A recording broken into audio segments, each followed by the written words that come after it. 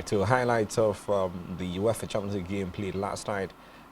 An El Clasico, the Women's Champions League, Barca versus Real Madrid. And blind, when you look at the numbers, over 90,000 fans turned out to watch that particular, and that's the new record, you know, in terms of attendance for women's football. And the game was played at the Estadio Camp Nou. That's the second time they would play there. The first time was with coronavirus restrictions, no fans, you know, could attend. But this time around, just look at the interest, the enthusiasm to watch women's football in Spain. It's exciting. It shows the development of the game, Absolutely. the development of female football. Remember one of the UEFA Champions League matches we talked about, and it was difficult. There were no fans. That Arsenal game at England against Wolfsburg. So there were no fans. It was difficult, but this the peak of it. What you expect from this game, and at Camp Nou, I'm always impressed with the Camp Nou fans. The way they come out, the way they support the side, the way they bring in a lot of enthusiasm and energy. But it's female football, and El Clasico in the female football, you expect it to be this way. Exciting. First leg ended 3-1, but second leg, coming to the second leg, it was a game the Madrid side was ready to show everything, show character. We saw the goals, and that goes on to talk about the importance of this game. Beyond the other time, we talked about the shouts in the game, in the female game. Beyond the shouts, you could see the excitement of the game, the intricacies of it. You did talk about. And you emphasize it.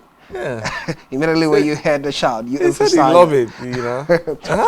But the truth would be, what's women game without the shout? Come on, it has to complement it. But you have to look at the skills, the techniques, everything. Look at the goals, technical goals, top class goals for me. Exceptional game of football. It shows where the female game is going to for me.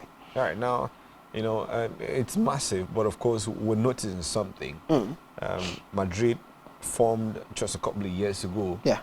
You know, it's beginning to close that gap now. They're beginning to score goals. Long before now, we used to have some whitewashing, 6-0, 8-1, 8-2, but the margin looks like it's closing now, and Barca need to stay at the absolute best. Otherwise, you know, we might see a shocker one of these days. I think it's what you get in football, female football. The development in female football is top-notch. Recently, I was listening to the different collections and perspectives towards the Euro competition that's coming up for female. And you can hardly pinpoint who's going to win it. Unlike the males competition, you might see, oh, it's going to be France, it's going to be Germany. Because especially the top 5 countries, England, France, Germany, Spain, name them, they're bringing such quality into that game right now. The competition in female football is so high, high. Look at the quality, the caliber of goals scored. I'm telling you, look at this from the dribbles, from the dribbles, the stunners, everything you could think of. It wasn't like this many years ago. So it goes to show that the more you do something, the more we practice on things, the better we get at it. And before now, you watch female game, it seemed like some kind of training or a joke, and you're like, oh, I don't want to watch female game, I want to watch the male football. But it's normal like that. Everything you find in male football, you find it in the female game. That's why I'm a big fan, including the shouts.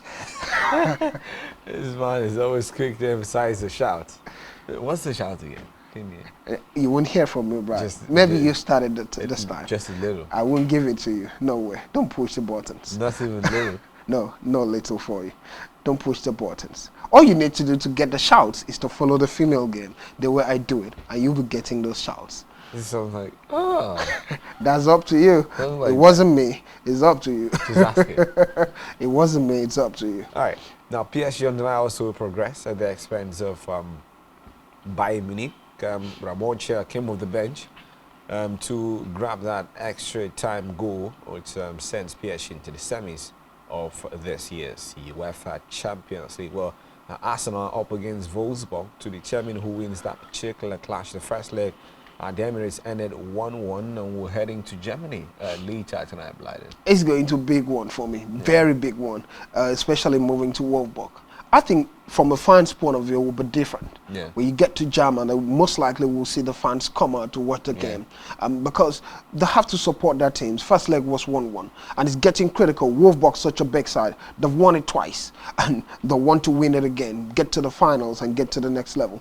It's what it is. First game, it was tight, but the Wolfsburg side got the first goal. Arsenal equalized, and moving forward, I think Arsenal will be pushed to the back in Germany, we might just see a straight win for Wolfsburg for me. Right now, that's a women's game. It's gathering momentum across Europe, and it's getting a lot more exciting. And we're hoping that this Viva, call it what you like, is extended to the continent of Africa. Look at that goal. Look at this kind of goals. Paris Saint-Germain. Yeah, that's sheer quality. Sheer quality. So every day you see this kind of goals, even in I think in female football, the attacking department, the midfield and defense have really improved. Yeah. I think the area that really needs to also improve has been the goalkeeping department. Because you see the goals, you begin to think the goalkeepers are not should have done a lot better. Exactly.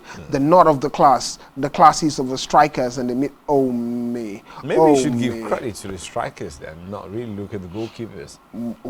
Well, they're very good strikes. You look at the ball. The good strikes. It's looping.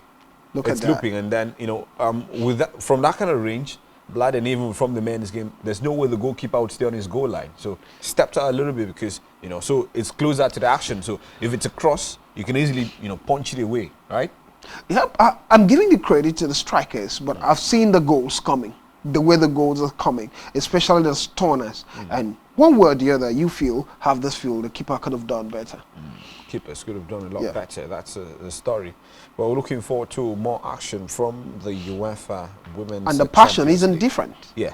It's same football. energy. Same energy. It's football. Intensity. Right, now, the World Cup playoffs in the CONCACAF region, USA, that's why the 2-0 loss to Costa Rica earlier as of this morning, took their chance and now qualifying for the World Cup alongside Mexico. While those two teams have qualified back home here in Nigeria, we're talking about apologies. First up, from the NFF through its General Secretary, Mohamed Sanusi, apologizing to the federal government. That's why the huge support. They let Nigerians down. Also apologizing to the public, Nigerians in general, for the failure to qualify for the World Cup. And when you look at that conversation, so Algeria, failed to qualify for the tournament. Who had Carlos Queiroz in Egypt, failed to qualify, and the coach resigned. Yeah. But here we haven't heard of such a thing. We haven't heard of heads rolling and all.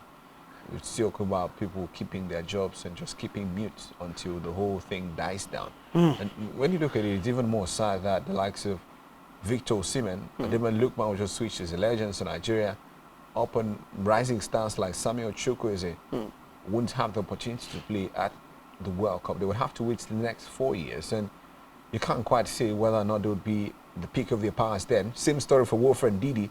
Should be around 30 then. No hope for Leon Balogun and William Tristan. It should have been done and dusted with the national team by then. What a miss for what many consider an emerging golden generation for Nigeria. Wow, right. Well, back to it. Each time we talk about it, it brings the sadness back. Yeah.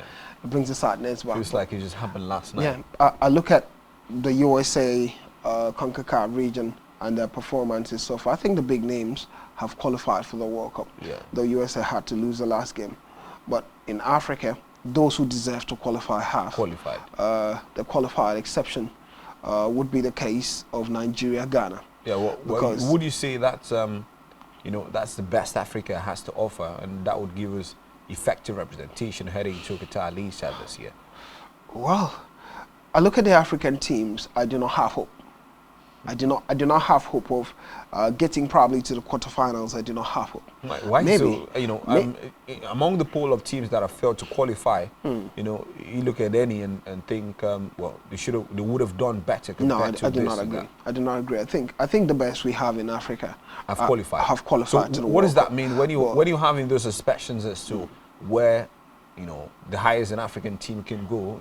You're not even sure how many, depending on the draws, would even make it past the first round. What does that tell of African football and where we are in terms of global rankings, ratings, and relevance?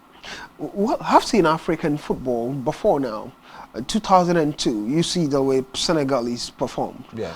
You see some other teams, the Cameroonians and the rest, the names representing these teams. It seemed like we had some more serious names, some more mature players, some more better teamwork. You see the current set of African footballers and African team. You see the name and the collection. Not that strong. Maybe the biggest in terms of experience would be Senegal. Yeah. But when I watch the Senegalese team, have not seen that articulation in terms of their game. They're still struggling. Not the side that plays the best of football. Watch them at the Nations Cup. The struggle, just gathered use some experience to get to the final, won through penalties. One would have looked at Nigeria, but we've not done the best of things we're supposed to do. Starting from the coaching setup for me, we didn't have the best of the coaches lead the Nigerian side.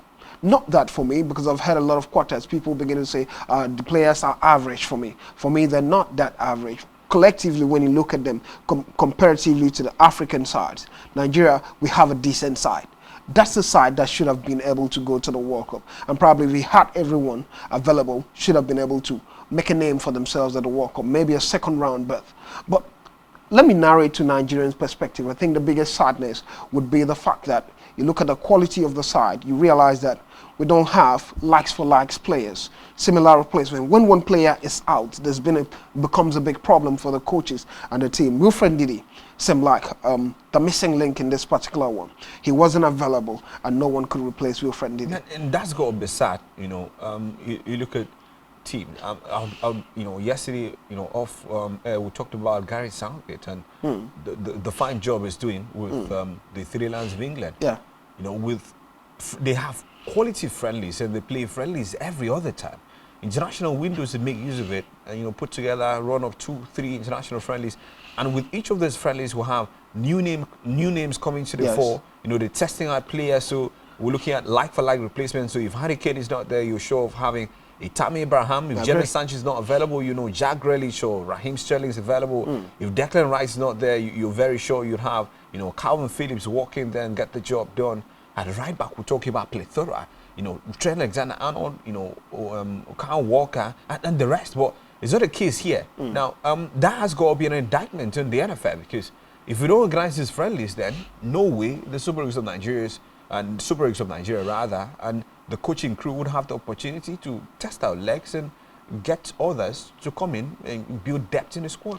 Bright James, I agree with you. I talked about it all the time. Remember the days of the LG Cups. Some of the players, like I saw Bonke play. You realize that if Bonke had more playing time, he could have performed better in terms of giving opportunity to associate with the folks, play together with the folks, have an understanding with the folks. Through friendly matches, it could have been better. But it's what it is. But for me, the biggest concern now would be having the right people on board who understand what we're talking about. There are people who are there just for the money, who are there just for the name or whatever they get from it. But when you have people who want to work, who want to improve the system, beginning from the people at the helms of affairs in the NFF to even the coaches, bring in the right coach. For me, the game against Ghana, I wouldn't want to put myself there, because I know if I was sitting there, but if he had the right coach, a lot would have changed, right? It was an easy game to win, both legs. Right, now, this conversation doesn't stop here. We'll definitely continue into the days ahead, and of course, the weeks ahead. Now, we're gravitating towards the return of club football. And when we're back tomorrow, we'll tell you about the big fixtures and the headline as we look forward to the return of football in Nigeria and, of course, across the Atlantic. We're talking European leagues back following the international break. And we should also talk about the draws, FIFA draws, built for later tomorrow, the seedings, and of course the permutations ahead of that particular draws right there. Thank you, Blyden, for joining the conversation this morning. Sincerely appreciate you. So good to be on the show. The conversation continues on social media, on Facebook and Instagram, Twitter, SpectrumTv NG. Check us out on our website, it's www.spectrumtv.ng. We're also on YouTube. Search for SpectrumTV, and you'd see what we've got in stock there for you. I am Bright James. On behalf of Blyden and in fact everyone that made this one a huge success, we're saying thank you. And of course, stay here because we've got more magic lined up for you. If you the lights were out. Missed them both. The final heave from midcourt and beyond.